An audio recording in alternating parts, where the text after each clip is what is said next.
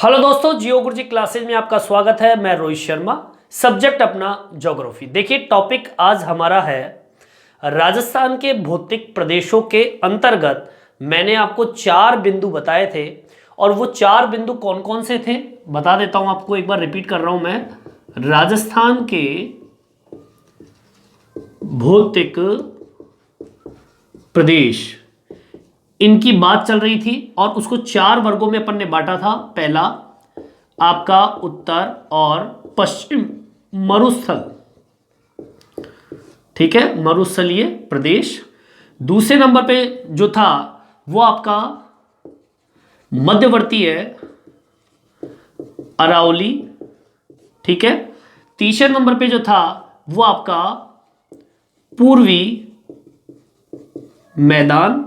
चौथे नंबर पे जो था वो आपका पूर्वी व दक्षिणी पठार, जिसे हम हाड़ौती के नाम से भी जानते हैं। इन 4 बिंदुओं के बारे में अध्ययन कर रहे थे। आज हम जो टॉपिक लेंगे वो उत्तर व पश्चिमी मरुस्थल का अध्ययन इसके अंतर्गत हम करेंगे, ठीक है। तो सबसे पहला पॉइंट अपन डाल लेंगे, वो टॉपिक अपना कौन सा? उत्तर पश्चिम मरुस्थलीय प्रदेश। देखिए, उत्तर पश्चिम मरुस्थलीय अगर हम प्रदेश को देखें तो हम शुरू से पढ़ते आ रहे हैं कि ये एक शुष्क और अर्ध शुष्क प्रदेश की श्रेणी में आता है। मतलब यहां पे सूखा बहुत है, इसलिए इसे थार का मरुस्थल भी कहते हैं, ठीक है। इसे थार मरुस्थल भी कहते हैं, ठीक है। थार का मरुस्थल आपका उत्तर पश्चिम मरुस्थलीय प्रदेश के नाम से भी जानते हैं, जो कि थार का मरुस्थल से संबंधित है, ठीक है। रेगिस्तान है, रेतीला क्षेत्र यहां पर मौजूद है, ठीक है। अब देखिए, इसके निर्माण की बात कर लेते हैं। सबसे पहले हम निर्माण की बात करें। अब आपको यह तो पता है कि उत्तर पश्चिम मरुस्थलीय प्रदेश जो थार का मरुस्थल है वो है कहां पर, यह तो आपको मालूम है। बार बार मैंने आपको डायग्राम के अंतर्गत भी इस चीज को समझाया है। जैसे कि मान लीजिए आपका ये राजस्थान है और राजस्थान का जो ऊपर वाला भाग है ये, ठीक है, 4 भाग है, दूसरा, तीसरा और ये चौथा भाग। पहला भाग, दूसरा अरावली, तीसरा आपका मैदानी और चौथा आपका पठारी भाग। तो ये भाग जो है वो मरुस्थल का है, जो कि आपके कौन सा है? उत्तर और पश्चिम। ये उत्तर पश्चिम वाला जो भाग है वो आपका मरुस्थलीय, जिसे हम थार का मरुस्थल कहते हैं। अब देखिए, इस मरुस्थलीय क्षेत्र का निर्माण कब हुआ? इस क्षेत्र का निर्माण कब हुआ तो मैं बता दूं आपको। निर्माण की बात करें तो मुख्यतः एक काल था जिसे हम बोलते हैं टर्सियरी। क्या नाम था? टर्सियरी, ठीक है। एक तो टर्सरीय व दूसरा नाम था कौन सा? पेलिस्टोसीन। पेलिस्टोसीन, ठीक है। ये 2 काल जो थे, इन कालों के अंदर इस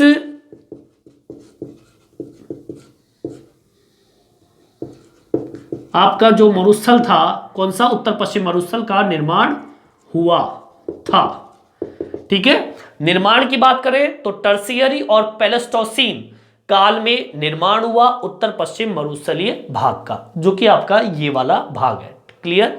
आगे की ओर बढ़िए।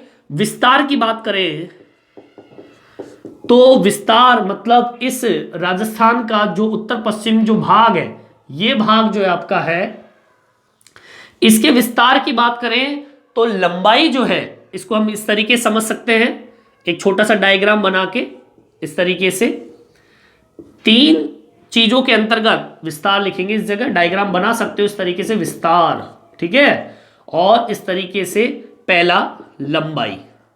लंबाई अगर देखें तो उत्तर पश्चिम जो मरुस्थलीय भाग है, इसकी जो कुल लंबाई है वो है 640 किलोमीटर।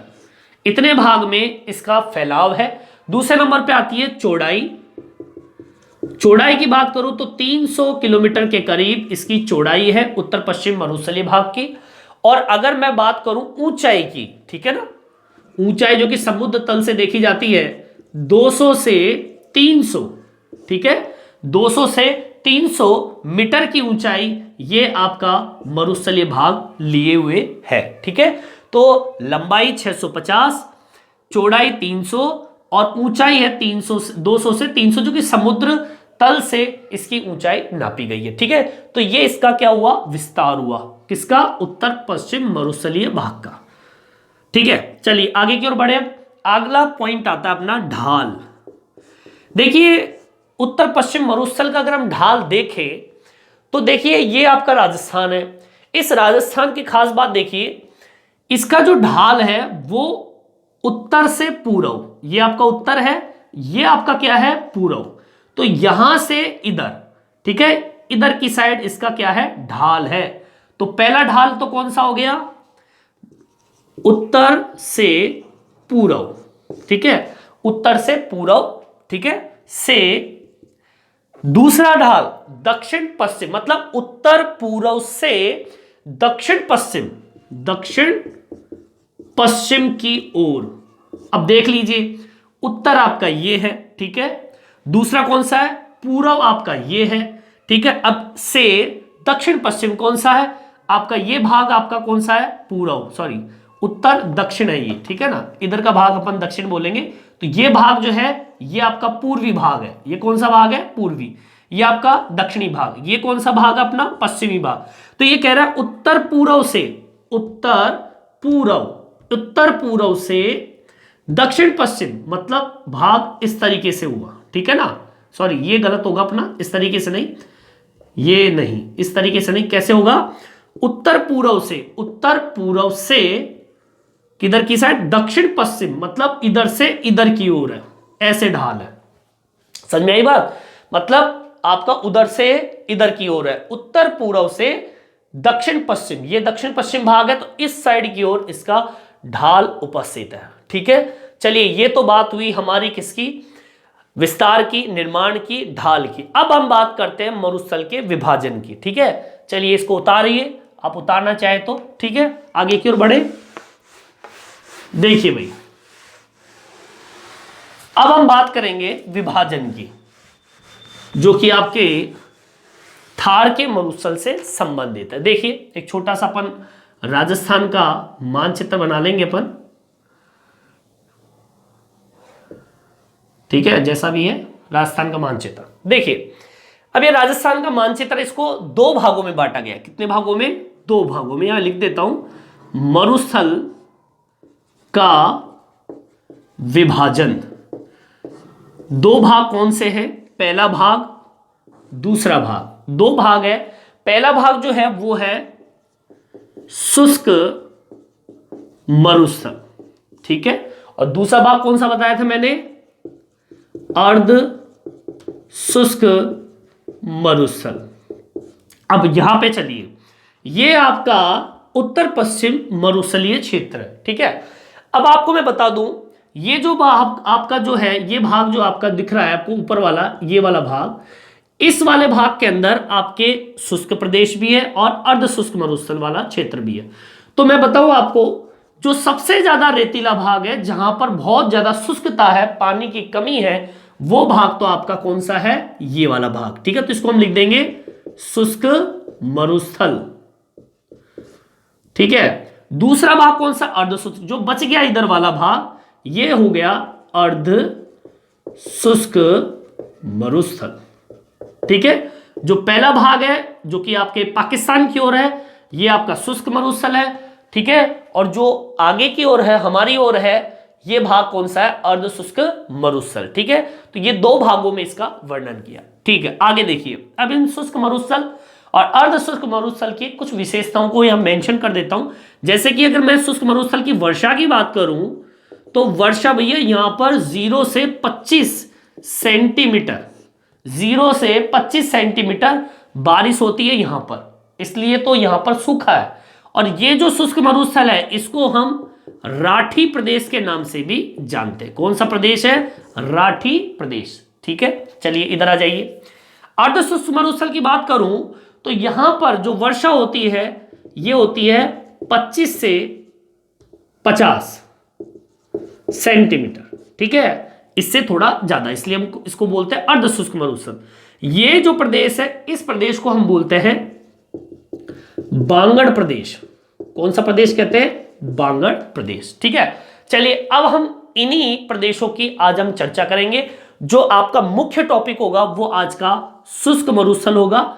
नेक्स्ट वीडियो जो बनेगा अपना अर्ध शुष्क मरुस्थल के बारे में बताएंगे, लेकिन आज जो हम पढ़ेंगे वो शुष्क मरुस्थल की विशेषताओं की चर्चा करेंगे, जहां पर 0 से 25 सेंटीमीटर तक बारिश होती है। और राठी प्रदेशों के बारे में बात करेंगे कि यहां पर कैसे कैसे स्थितियां मौजूद है, कैसे कैसे यहां पर स्तूप मिलते हैं, बालू का स्तूप, टीले मिलते हैं, यहाँ पे वर्षा की स्थिति कैसी है, मरुस्थल क्यों कहा जाता है, कौन कौन से क्षेत्र यहां मौजूद है, इनकी आज चर्चा करेंगे। तो पहला टॉपिक अपन डालेंगे शुष्क मरुस्थल, मतलब शुष्क मरुस्थल इस वाले भाग की हम बात करेंगे, जो कि आपके जैसलमेर, बाड़मेर, जोधपुर, ठीक है ना, ये जो भाग दिख रहे हैं ना आपको, ये वाले क्षेत्र, ये आपके जैसलमेर है, बाड़मेर है, जोधपुर वाले क्षेत्र जो है आपके शुष्क मरुस्थलीय, जहां पे रेगिस्तान बहुत ज्यादा है, वो यहीं पर मौजूद है। ठीक है, तो चलिए शुष्क मरुस्थल का टॉपिक डाल लीजिए। ठीक है, पहला पॉइंट डालेंगे अपन। देखिए भाई, देखिए सबसे पहला पॉइंट अपना शुष्क मरुस्थल, और शुष्क मरुस्थल को मैंने क्या नाम बताया था आपको? राठी प्रदेश। ठीक है, देखिए शुष्क मरुस्थल जिसे हम राठी प्रदेश के नाम से जानते हैं, पता है 25 सेंटीमीटर से कम वर्षा वाला। ठीक है, पहला टॉपिक 25 सेंटीमीटर से कम वर्षा वाला भाग।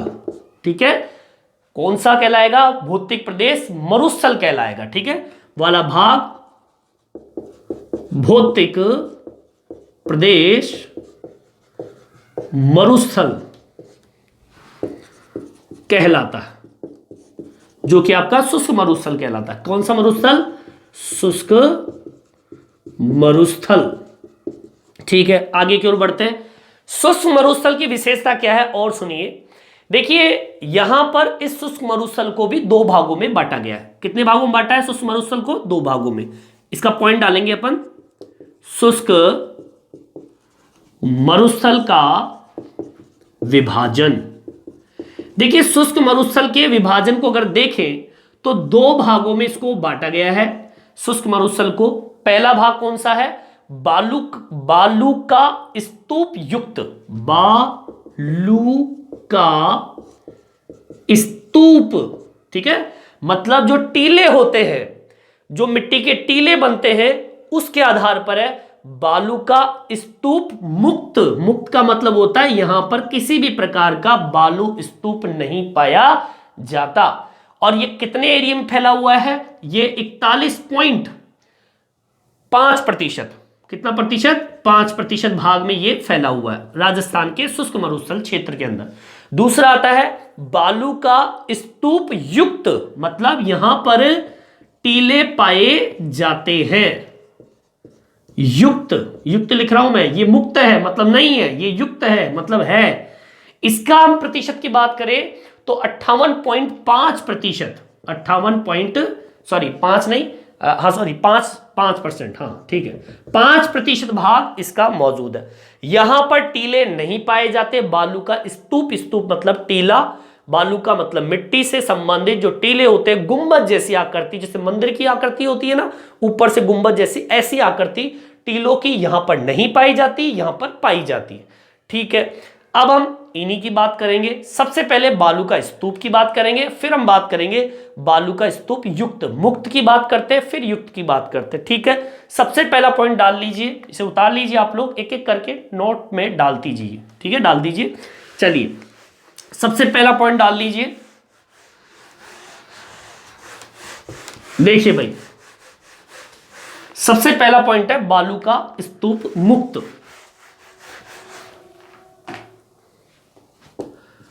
बालू का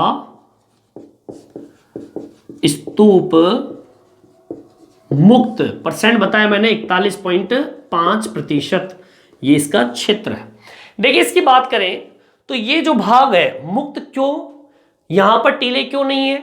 इसलिए नहीं है क्योंकि ये भाग पथरीला है। कौन सा भाग है? पथरीला। ठीक है, यहां पथरीला भाग है, मतलब जमीन कैसी है, रेत के बिना, मतलब जमीन कड़क है, मजबूत है। यहां पर बालू का स्तूप का निर्माण नहीं होता, यहां बालू का स्तूप का निर्माण नहीं होता, इसलिए तो हम इसको मुक्त कहेंगे। बालू का स्तूप मतलब टीला नहीं है। ठीक है, इस पथरीले मरुस्थल को हम एक नाम से और जानते हैं, क्या नाम है इस पथरीले मरुस्थल को? एक नाम और है, वो है हमादा, है मादा कहते हैं। ठीक है, ये जो पथरीला भाग है बालू का स्तूप मुक्त का, इसको हम हमादा के नाम से भी जानते हैं। और इसका जो विस्तार है, ठीक है, इसका विस्तार मतलब अब ये मुक्त वाला भाग कहां पर मौजूद है, विस्तार सर्वाधिक अगर आपको मिलेगा तो मैं बता दूं आपको, जैसलमेर। सबसे पहले हम बात करेंगे जैसलमेर की। यहां पर आपको ये हमादा वाला एरिया मिलेगा, पथरीला भाग। ठीक है, और जैसलमेर के अंतर्गत एक भाग है रामगढ़, यहां पर आपको ऐसा पथरीला भाग मिलेगा, लोद्रावा, लोद्रवा। और एक भाग और है, वो है पोकरण, पोकरण, यहां पर आपके पथरीला भाग मिलेगा। दूसरा भाग है आपका बाड़मेर का, और फिर भाग है आपका जोधपुर का। यहां पर आपके 41.5% भाग पर आपको बालू का स्तूप मुक्त वाला एरिया मिलेगा। ठीक है, चलिए आगे की ओर बढ़ते हैं अपन। अब बात करते हैं बालू का स्तूप युक्त की बात करते हैं, जहां पर टीले पाए जाते हैं। ठीक है, इसको उतारना चाहे उतार लीजिए। ठीक है, अगला पॉइंट डालते हैं अपन।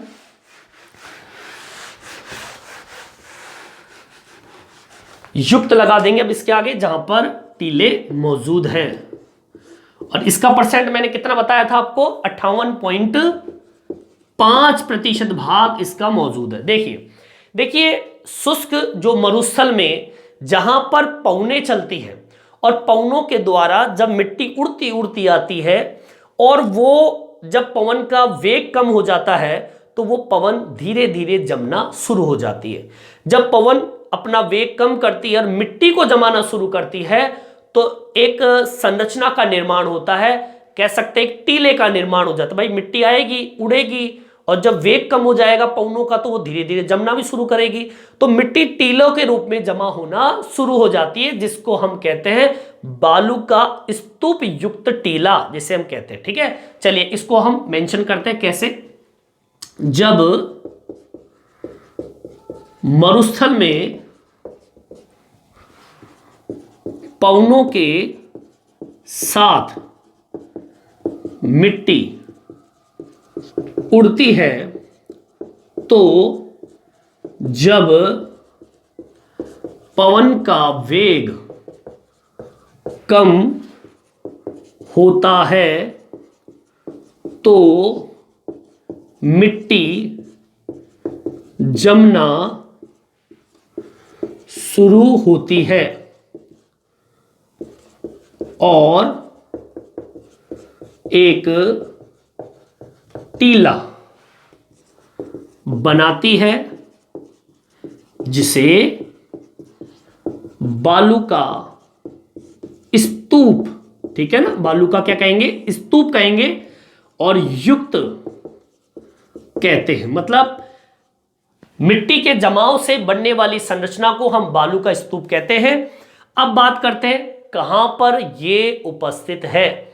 सर्वाधिक जो भाग है बालू का स्तूप का, तो वो मिलेगा आपको जैसलमेर। ठीक है, यह स्तूप सर्वाधिक कहां पर मिलेगा, जैसलमेर में। अब आपको पता होना चाहिए जैसलमेर कहां मौजूद है, मालूम आपको, ये आपका मानचित्र है। तो ये जो भाग दिख रहा है ना आपको, इस वाला एरिया, ये भाग, ये आपका कौन सा भाग है, जैसलमेर का भाग है। ठीक है, यहां पर आपको रेगिस्तान, जो कि आपके टीले आपको यहां पर मिलेंगे सबसे ज्यादा। और ऐसे टीले और भी जगह है, जैसे कि जोधपुर में भी आपको ये टीले मिल जाएंगे। जोधपुर में भी ये टीले आपको मिलेंगे, जैसलमेर और जोधपुर। सबसे ज्यादा तो जैसलमेर में मिलेंगे। और सभी प्रकार के जो बालू टीले मिलते हैं, कई तरह के टीले होते हैं, ठीक है ना। मैं यहां लिख सकता हूं, क्या लिखूंगा देखो, यह स्तूप सर्वाधिक जैसलमेर में तथा विभिन्न प्रकार के बालू का स्तूप कहां मिलेंगे, जोधपुर में। कहां पर, जोधपुर में मिलते हैं। अब सभी प्रकार के टीले, मतलब स्तूप मतलब टीला, अब सभी प्रकार के टीले कौन से, अब जोधपुर भी आपको पता है, जोधपुर कहां पड़ता है, जोधपुर इसी जैसलमेर के थोड़ा सा आगे वाला भाग है ये जोधपुर, ठीक है। इस जोधपुर में आपको मिलेगा। अब टीले कितने प्रकार के होते हैं, ये एक नया क्वेश्चन आ गया इसमें, तो इसी पे हम बात कर लेते हैं, ठीक है ना। उतार लीजिए इसको, आप उतारिए, ठीक है। अब बालू का स्तूप की बात चल रही है, टीलों की बात चल रही है, तो अब हम टीलों की बात करेंगे, चलिए, ठीक है। तो टॉपिक डालेंगे बालू का स्तूपों के प्रकार। देखिए भाई, बालू का स्तूपों के प्रकार, या हम ऐसे कह सकते हैं टीलों के प्रकार। टीले कई तरह के होते हैं, कई तरह के टीले होते हैं, मैं कुछ के नाम बता रहा हूं आपको मुख्यतः। देखिए, सबसे पहला टीला जो होता है बरखान, ठीक है। बरखान कैसे होते हैं बात करेंगे। दूसरे नंबर का जो टीला आता है उसे बोलते हैं अनुप्रस्थ बालू का स्तूप, अनुप्रस्थ बालू का स्तूप, ठीक है। तीसरे नंबर पे जो आता है वो आता है अनुधैर्य, ठीक है। अनुप्रस्थ अनुधैर्य, अनुधैर्य, या हम इसको एक नाम और दे सकते हैं, रेखीय बालू का स्तूप, ठीक है। ये तीसरे नंबर का हो गया, ये दूसरे नंबर का हो गया, ये पहले नंबर का हो गया।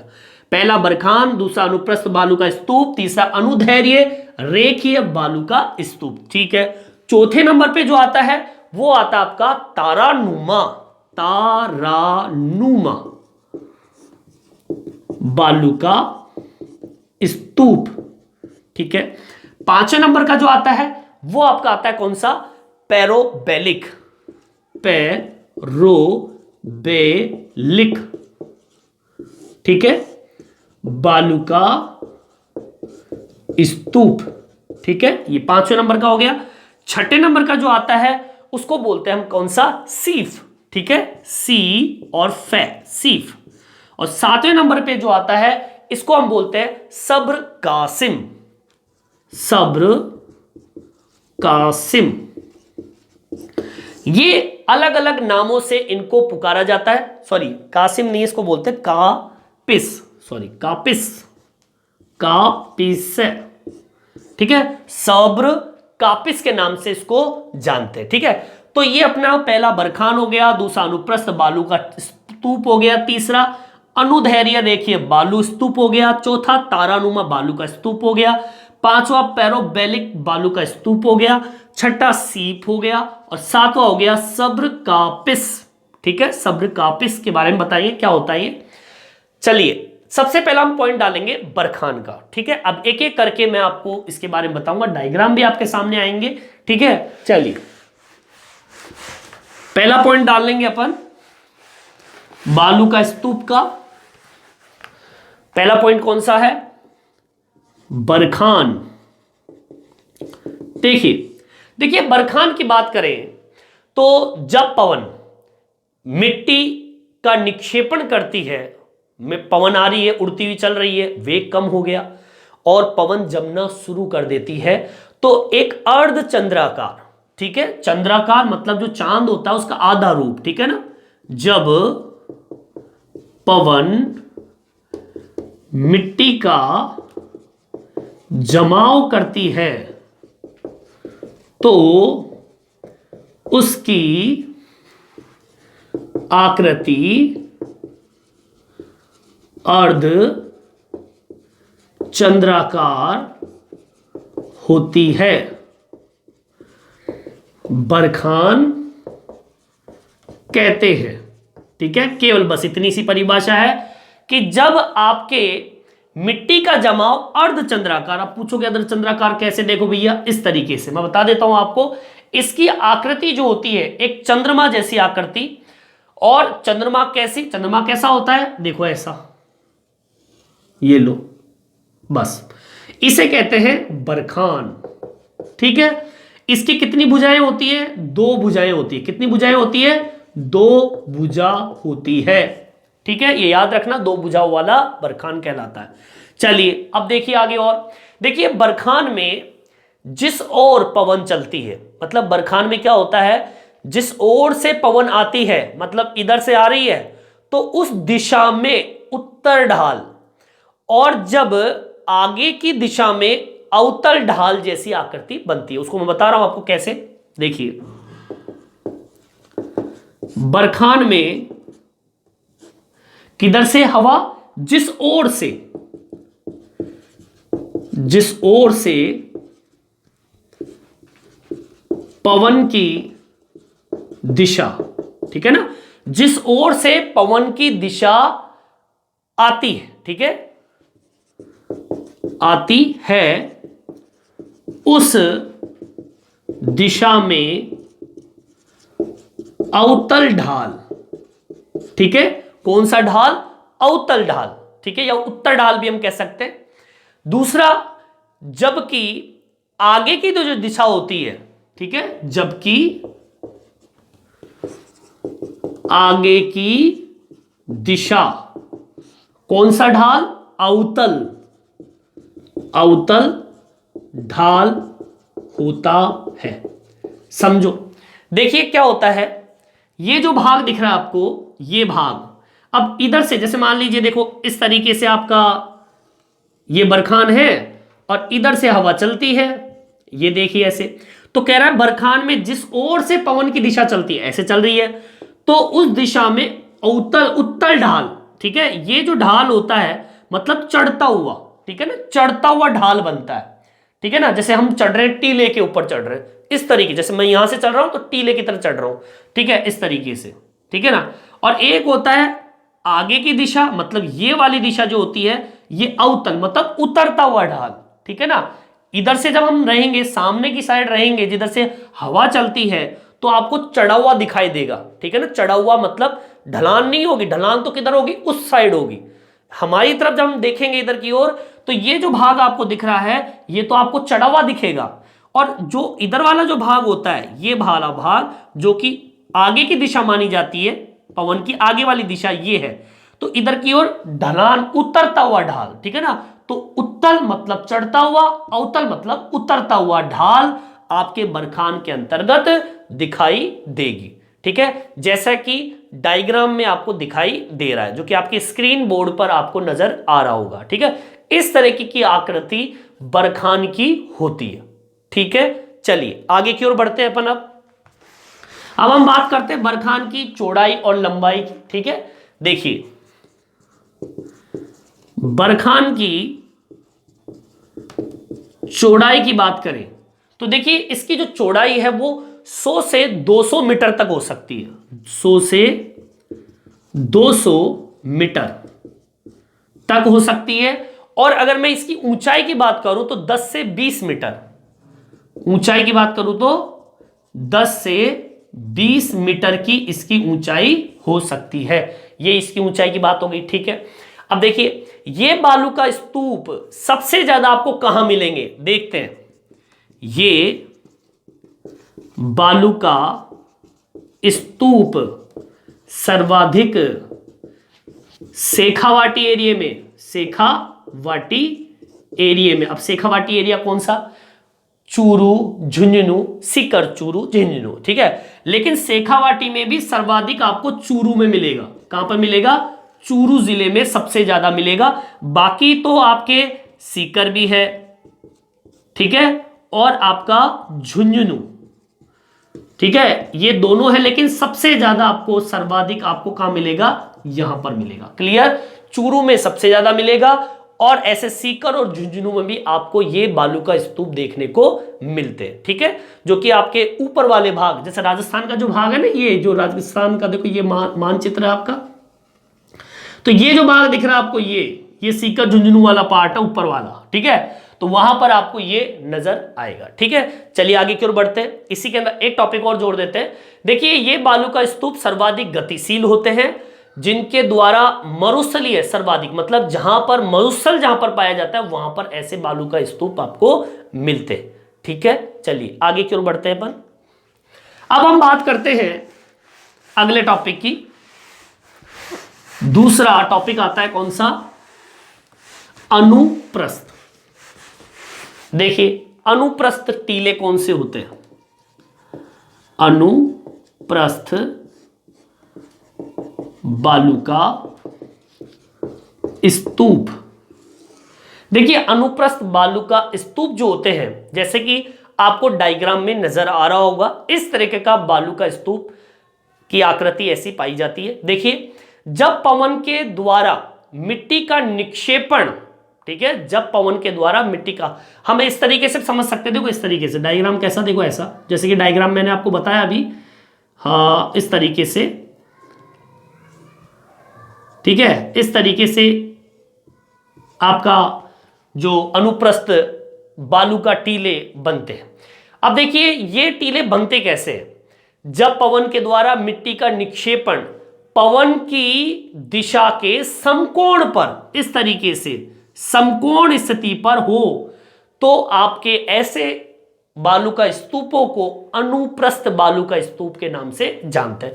डेफिनेशन सुन लीजिए, जब पवन, ठीक है, जब पवन के द्वारा, ठीक है, जब पवन के द्वारा मिट्टी का निक्षेपण, मिट्टी का निक्षेपण कौन सी दिशा के अंदर, पवन की दिशा, पवन की दिशा, जिधर पवन की दिशा चल रही है उस दिशा के समकोण पर ये स्तूप बनते हैं, जो कि मैंने आपको डायग्राम में भी बताया आपको। ठीक है, दूसरा देखिए, ये जो बालू का स्तूप होते हैं सबसे ज्यादा कहां पर मिलेंगे आपको, सुनिए, ये बालू का स्तूप मिलेंगे आपको बाड़मेर और जोधपुर, बाड़मेर और जोधपुर में सबसे ज्यादा आपको ये स्तूप मिलेंगे। और जैसे कि डायग्राम में बता दूं आपको, ये राजस्थान है, और इस राजस्थान के अंदर जो ये वाला जो भाग दिख रहा है ये बाड़मेर का हो गया, और इससे अगला जो भाग है आपका ये, ठीक है ना, आगे की साइड बाड़मेर होगा, ये बाड़मेर है भैया, आपके मानचित्र में देख लेना, बाड़मेर यहां पर है। फिर इससे अगला वाला जो भाग ये दिख रहा है आपको, ये हो गया जोधपुर, ठीक है, ये भाग जोधपुर का हो गया। तो यहां पर आपको ये अनुप्रस्थ टीले आपको मिलेंगे। ठीक है, दूसरे नंबर पे आता है अनुदैर्घ्य बालू का स्तूप। देखिए, अनुदैर्घ्य बालू का स्तूप के बारे में बात कर लेते हैं। जब पवन के द्वारा मिट्टी का निक्षेपण पवन के स्तूप, या हम कह सकते हैं कि समानांतर, हम बोल दीजिए, जब पवन के द्वारा मिट्टी का निक्षेपण पवन की दिशा के समानांतर, मतलब जैसे पवन चल रही है, पवन के साथ ही मिट्टी जमना शुरू कर दे, मतलब पवन चल रही है उसके समानांतर समानांतर मिट्टी जमना जब शुरू होती है तो उसे हम बोलते हैं अनुदैर्घ्य। हम इसको एक नाम से और पुकार रहे थे, रेखीय। रेखीय मतलब रेखा के रूप में। कैसे, देखो ऐसे, इस तरीके से, इस तरीके से आपके डायग्राम देखने को मिलता है। एक रेखा के रूप में पवन चलती है इस तरीके से, और अगल बगल में ये जमाती हुई चलती जाती है, मिट्टी को जमाती हुई चली जाती है। तो इसकी डेफिनेशन क्या लिखेंगे, जब पवन, ठीक है, जब पवन के द्वारा मिट्टी का निक्षेपण पवन की दिशा, ठीक है, या पवन की दिशा के समानांतर। निक्षेपण पवन की दिशा के समानांतर होता है तो ये स्तूप बनते हैं, ठीक है। अब आपको बता दूं ये सबसे ज्यादा कहां पर बनते हैं, ये सबसे ज्यादा बनते हैं जैसलमेर के अंदर, ठीक है। ये स्तूप जो बालू का स्तूप है जैसलमेर में सर्वाधिक बनते हैं, ठीक है।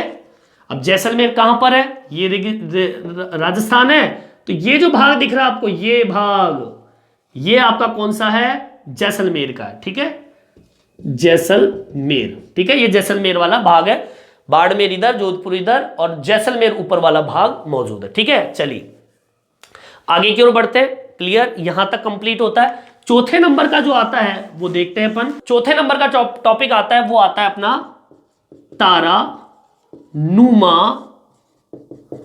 बालू का स्तूप। देखिए नाम से पता चल रहा है तारे जैसी आकृति। कैसी आकृति, तारे जैसी आकृति। जब रेतीले मरुस्थल के अंदर हवाएं जब चलती है, और वो भी हवाएं कैसी, अनियमित, कोई इधर से कोई उधर से, ठीक है ना, तो उससे क्या होता है, आपकी जो मिट्टी का जमाव जो होता है वो तारे जैसी आकृति में जम जाती है, जैसे कि डायग्राम में आपको नजर आ रहा होगा। ऐसी आकृति आपको देखने को मिलती है, ठीक है। तो हम इसके अंदर क्या लिखेंगे परिभाषा, यह रेतीले मरुस्थल में पवनों के अनियमित बहाव के चलने से मृदा अनियमित तारे जैसी आकृति में जम जाती है, ठीक है। इस तरीके से, कैसे, ऐसे, इस तरीके से आकृति जम जाती है, इस तरीके, तारे जैसी आकृति, जैसे मैंने डायग्राम में आपको बताया, तारे जैसी आकृति में जम जाती है। और इन तारे जैसी आकृति की हम बात करें तो इन बालू का स्तूपों के अंदर न्यूनतम 3 या इससे अधिक भुजाएं हो सकती है, ठीक है। इस स्तूप में 3 या अधिक भुजाएं होती है, ठीक है। तो ये भी इसकी विशेषता है। और सुनिए इसकी विशेषता, ये बालू का स्तूप आपको कहां मिलेंगे, यह स्तूप सबसे ज्यादा आपको मिलेंगे जैसलमेर में, ठीक है, जैसलमेर में, ठीक है। ये जैसलमेर आपका, ठीक है, इस जैसलमेर में आपको मिलेंगे। और जैसलमेर में भी एक क्षेत्र का नाम है वो है, सॉरी, जैसलमेर में, ठीक है ना। और एक और है सूरतगढ़, और ये सूरतगढ़ कहां मिलेगा आपको, श्री गंगानगर के अंदर। और ये श्री गंगानगर कहां पे है, आपके सबसे ऊपर वाला भाग, ये राजस्थान का मानचित्र है ना, ठीक है। ये राजस्थान के मानचित्र में जो ऊपर वाला जो भाग दिख रहा है, ऊपर ही ऊपर वाला जो भाग होता है, यहां पे श्री गंगानगर है। और ये सूरतगढ़ में आपको ऐसे तारानुमा जैसी आकृति आपको देखने को मिल जाएगी, ठीक है। चलिए आगे की ओर बढ़ते हैं अपन, उतार लीजिए इसको, ठीक है। आगे बढ़ते हैं, अगला पॉइंट आता है अपना, अब आएगा अपना 5वें नंबर का टॉपिक आता है वो है पैराबोलिक। पैराबोलिक बालू का स्तूप। देखिए पैराबोलिक बालू का स्तूप की अगर हम बात करें तो बरखान जैसे ही होते हैं। कैसे होते हैं, बरखान जैसे, लिख देता हूं मैं, बरखान जैसे, परंतु क्या, देखिए परंतु ये थोड़े विपरीत, मतलब जैसे कि मैंने आपको बताया था, क्या बताया था कि बरखान तो होते हैं भैया ऐसे, ठीक है, और कितनी भुजाएं होती है, 2। ये कैसे होते हैं, उल्टे, ऐसे, इस तरीके से। उल्टे होते हैं। ये बरखान है, ये कौन सा है, बरखान, और ये कौन सा है, पैरोबैलिक। मतलब ये बरखान जैसे होते हैं परंतु विपरीत होते हैं। जैसे कि महिलाओं की जो साड़ी की बालों की पिन जो होती है, देखा होगा आप लोगों ने, चपटी टाइप की, थोड़ी सी घुमावदार, ऐसी आकृति इसके अंतर्गत होती है। और ये आपके मरुस्थल के सभी, एक मरुस्थलीय जो जिले होते हैं वहां पर अधिकतर आपको ये आकृतियां देखने को मिल जाएगी। ठीक है, तो हम इसको मेंशन करते हैं कैसे, बरखान जैसे परंतु बरखान की आकृति के विपरीत, या हम कह सकते हैं महिलाओं की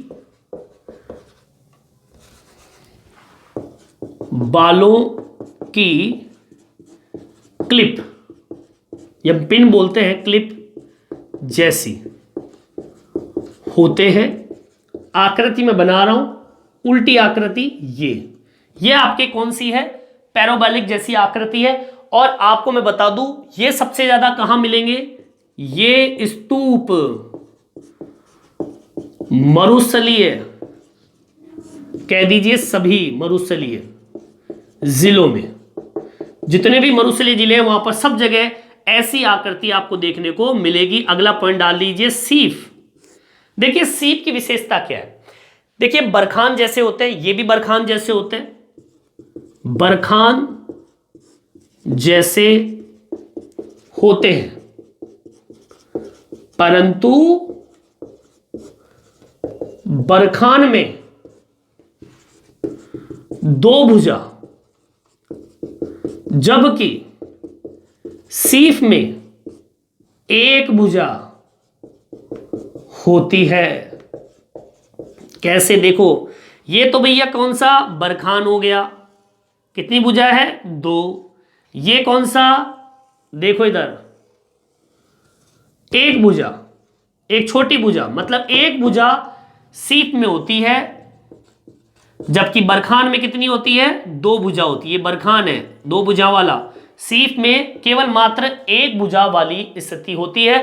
ठीक है, इस तरीके से अपना छठा पॉइंट भी होता है। 7वें नंबर का जो मैंने आपको बताया था वो कौन सा बताया था, याद कीजिए, सब्र का पिस। ठीक है, चलिए इसके बारे में बात कर लेते हैं। 7वें नंबर का टॉपिक डालेंगे अपन,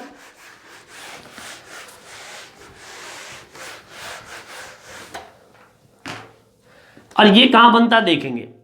जैसे कि डायग्राम में आपको दिख रहा होगा, ये वहां बनता है, जैसे कि मान लीजिए ये आपका पेड़ है, ठीक है, ये आपकी झाड़ियां हैं, तो मिट्टी आती है और इनकी यहां पर जम जाती है इस तरीके से। ठीक है, देखा होगा आप लोगों, पेड़ होता है वहां पे मिट्टी आके जमती जाती है, तो कह सकते हैं झाड़ी या फिर छोटी वनस्पति जो होती है उनके आसपास ये आपको सब्र का पिस, जिसे हम बोलते हैं सब्र का पिस, बालू का स्तूप, कहां पे मिलेगी,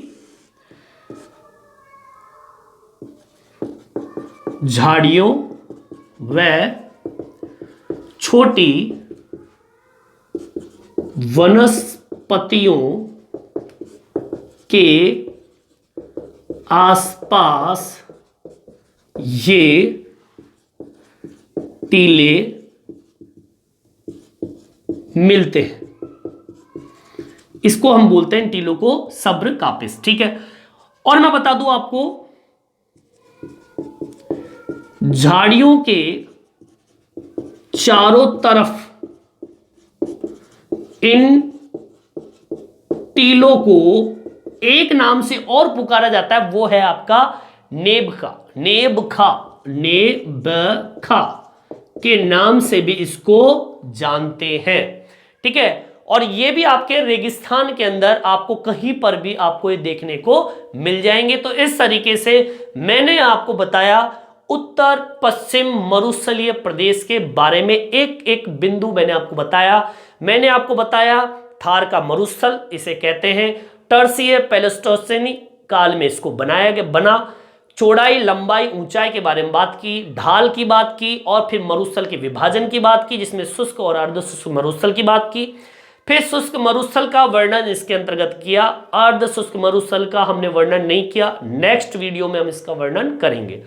शुष्क मरुस्थल को भी हमने दो स्तूपों में बांटा, बालू का स्तूप मुक्त, फिर बालू का स्तूप युक्त, दो भाग बांटे। जहां पर बालू का स्तूप मतलब टीले मौजूद है मिट्टी के, फिर वहां पर हमने कई प्रकार के बालू का स्तूपों के प्रकारों का वर्णन किया, जिसमें बरखान आया, अनुप्रस्थ टीले आए, अनुधैर्य टीले आए, तारा नुमा टीला आया, पैरोबैलिक टीला आया, सीफ आया, सब्र कापिस आया। तो उनका वर्णन करके मैंने आपको एक एक करके बढ़िया तरीके से आपको समझाया।